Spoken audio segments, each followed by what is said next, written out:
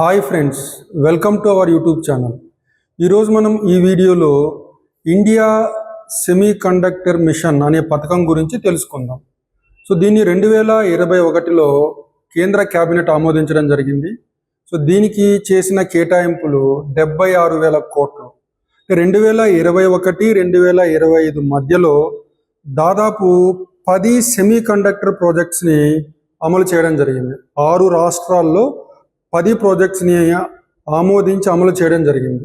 So దీని ద్వారా భారతదేశంలోకి వచ్చిన పెట్టుబడి 1.6 lakh crores.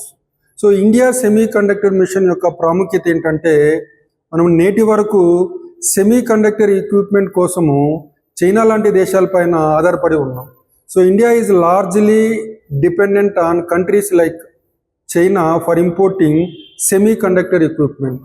So India semiconductor mission ద్వారా ఇన్వెస్ట్మెంట్స్ని, టెక్నాలజీని ఇండియాలోకి అట్రాక్ట్ చేసి సెమీ కండక్టర్స్ని ఇండియాలోనే మ్యానుఫ్యాక్చర్ చేసి మ్యానుఫ్యాక్చరింగ్ సెక్టార్కి బూస్ట్ ఇచ్చి చైనా మీద డిపెండెన్స్ తగ్గించుకొని సెమీ కండక్టర్ ఎక్స్పోర్ట్స్ని కూడా పెంచే ప్రయత్నంతో ఈ ఇండియా సెమీ కండక్టర్ మిషన్ని కేంద్ర ప్రభుత్వం తీసుకురావడం జరిగింది. Thank you and all the best.